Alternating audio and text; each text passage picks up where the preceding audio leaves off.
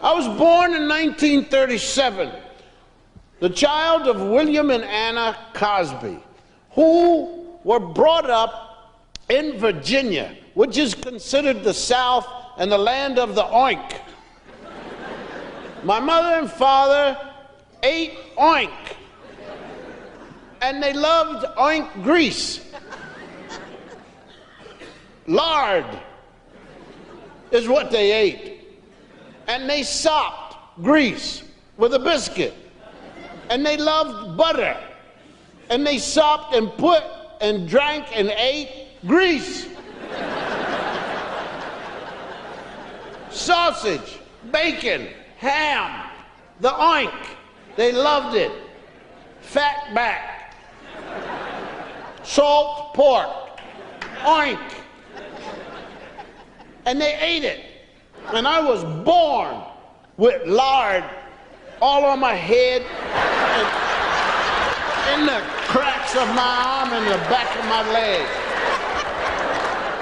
And I tried to explain to my wife that I am addicted to grease. Praise the Lord.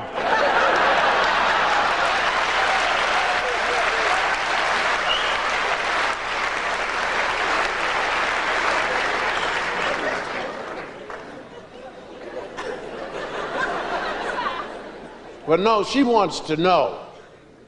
Yeah. What did you eat today? What did you eat yesterday? I love cake. I love pie. I love potato chip. I love salt. I do not want yogurt. Plain yogurt. It's healthy. Why don't you like it? Because it tastes like bad breath.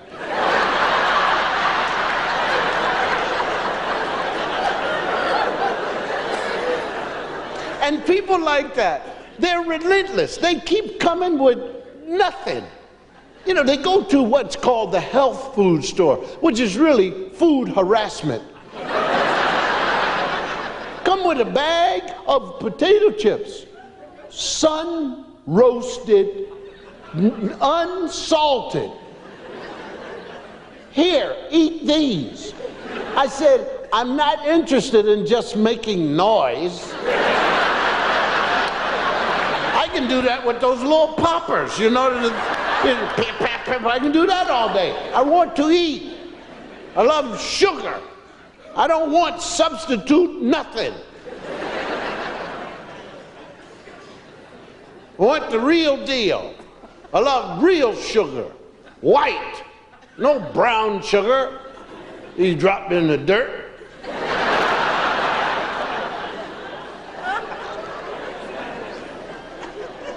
I love cake with real sugar. Don't substitute nothing. I love ice cream. But because I'm married and I have this wife who is controlling me, I have to eat like a common thief and crook in the night, hiding ice cream under the sofa, looking like a child. I didn't have anything, I swear. Well, you have to act like a child when a grown woman says, let me smell your breath. Vanilla,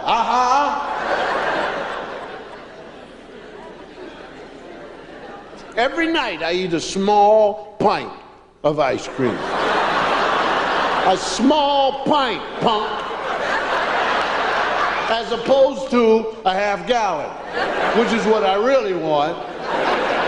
I'm doing you a favor, I said to her. Just eat a small pint. And I know, I had my blood drawn.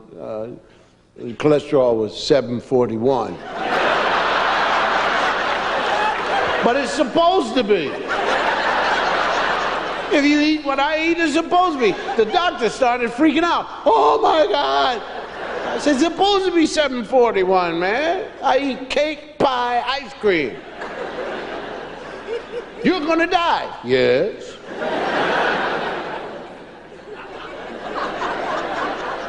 Isn't everybody?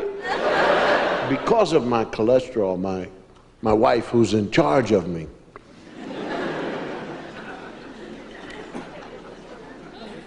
See, those of you not married long enough don't understand that after a while, your wife, they read things, newspapers. And then they leave articles in the bathroom for you to read.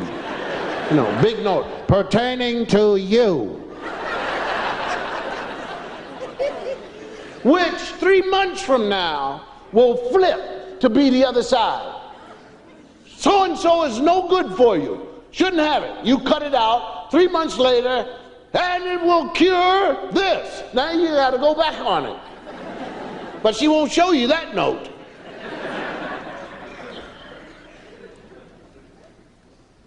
So I went out to have my blood checked and everything. My wife, in the meantime, after seeing 741, and by the way, it doesn't bother me that it is. Every once in a while, my left arm will go numb. But if you do like this, it'll go away. And I'm not worried about it because look, to be perfectly blunt, you sit on the toilet long enough, your right leg will go bad, it'll go numb. So what? Is that cholesterol or what?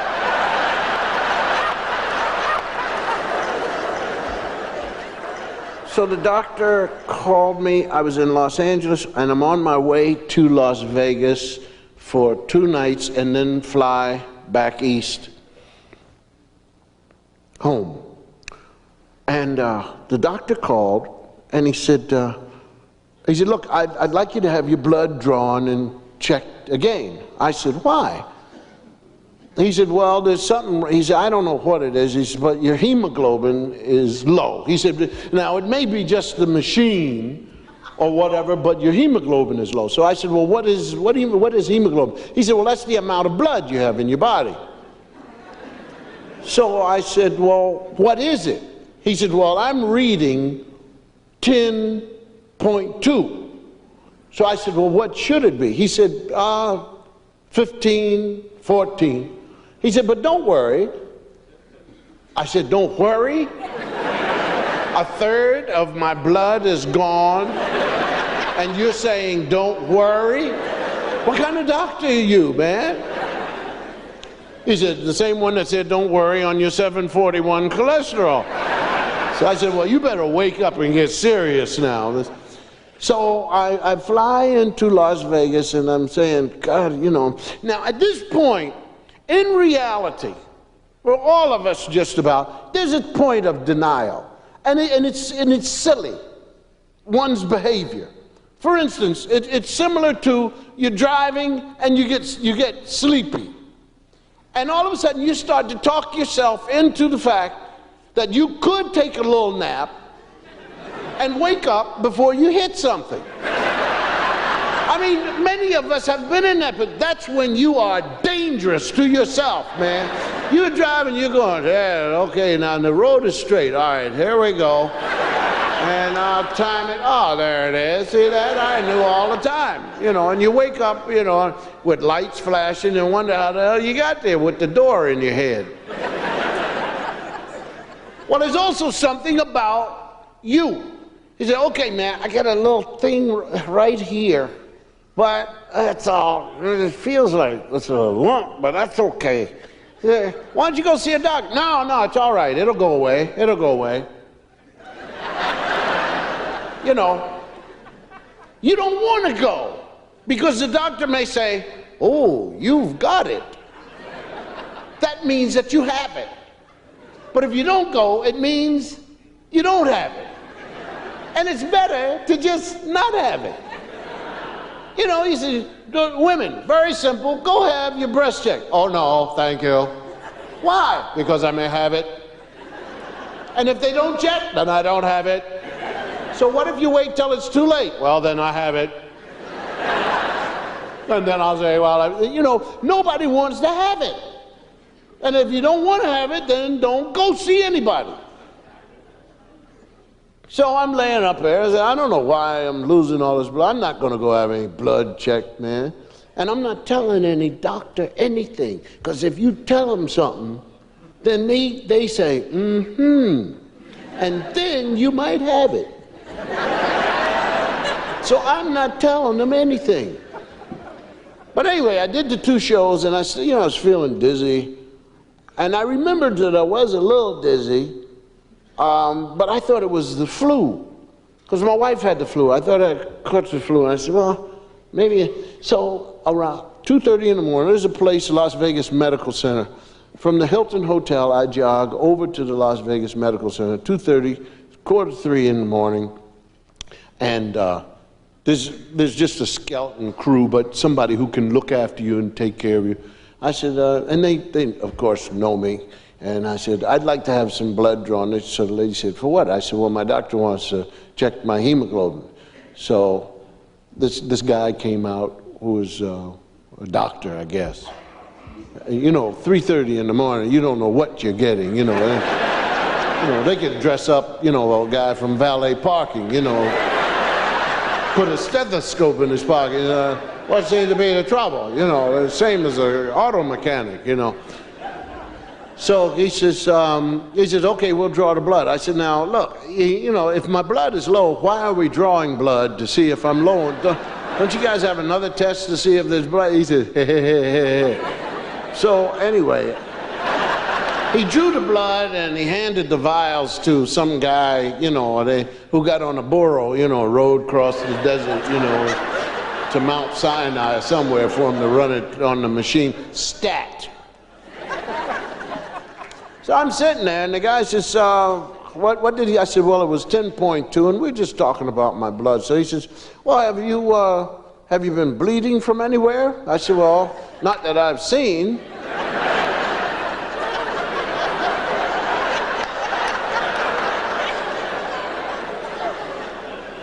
So he said, have you had any stomach pains or anything? So now this guy is asking questions. I ain't telling him nothing, man. So I said, no, not having any pains, which I really hadn't. But then I started thinking if I had or not. He said, have you had any dizziness or anything? So I said, no, I wasn't dizzy about nothing. And which I had, but I'm not telling him. Because then he's going to say I have it.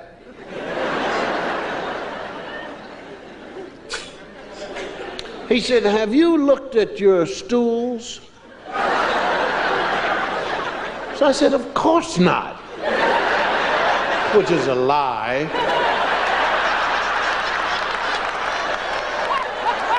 As soon as you turn 40, you look at anything that comes out of your body, man.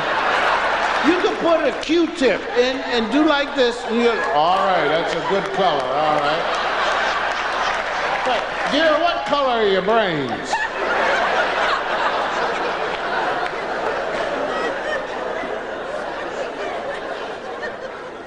So I said, well, just in case I look at them, what am I looking for? He says, if you're bleeding in the intestines, it will turn your stools black. He said, then you will know that you're bleeding from the intestines, and that's the one time that black is not beautiful. Oh, he fell on the floor laughing at that. He just...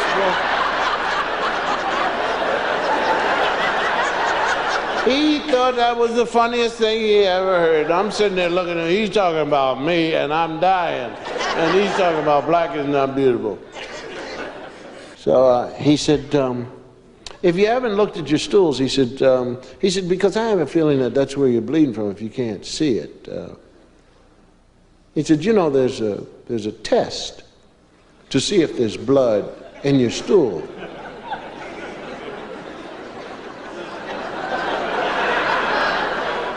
So he brings out a packet. He says, now look, here's the packet, and this is the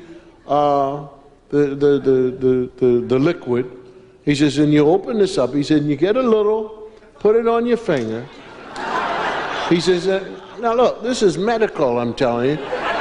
And you just get a little, and you rub it onto this pad, and then you drop the water, or the liquid on it, and if it turns blue, you are bleeding internally. So I said, okay. So he says, well, why don't you try it? So I said, why don't you try it? So he says, there's nothing wrong with me. I said, no, man, you do it to me. Okay? So he said, all right, because we got nothing to do. You know, the guy's on the board. So we go into the room, and he says, you know, it's always funny. They have to tell you. If they're going someplace, you know, drop your trousers. So what else did you expect? You pull them up? So, all my life, I have been a person who, my body protects a certain area. It has always done that. It has always been conscious of that area.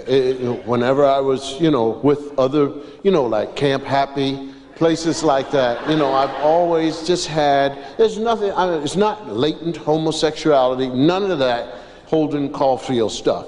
It's just the ears and eyes say, be careful. You know, I have nothing, I'm not homophobic or anything. It's just that I know that my body was built for things to go out of that area, you know. And anything trying to get in, that's the wrong, you know, there's another place where it can go in. But do you understand what I'm saying? Another thing about, okay? So the ears and the eyes, they're always going, something's near, look out. You know, and when that happens, I lock. It just locks. It becomes airproof. And it takes 20 minutes for those muscles. You have to talk to them. You have to walk around and you say, everything is fine. And they say, really? But it's the gossiping part, the ears and the eyes, and they say, somebody's coming. And then they lock right up. So this is not a good moment for me. Because I've dropped my trousers, and the first thing I do is I dig in with this foot. Because if I stand like this, then I'm up in the air. I just go straight up, out jump Michael Jordan. I mean, from a stand, don't even have to bend the knees. You just, and I'm going up there. Then I have to walk around for about 30 seconds, 40. So, I don't know how many doctors there are out there, but let me tell you the problem. You make too much noise. For instance, when you put the rubber glove on, do it quietly. You know, because I'm like this, and I'm ready, man. I'm ready, and they do the glove, pap, and it just locked, and I just, you know, what's the matter? That's it. It'll just be about 30, 40 seconds. I'll be all right. Just let me walk around. I got to talk to it to loosen up and tell it that we're going to be all right.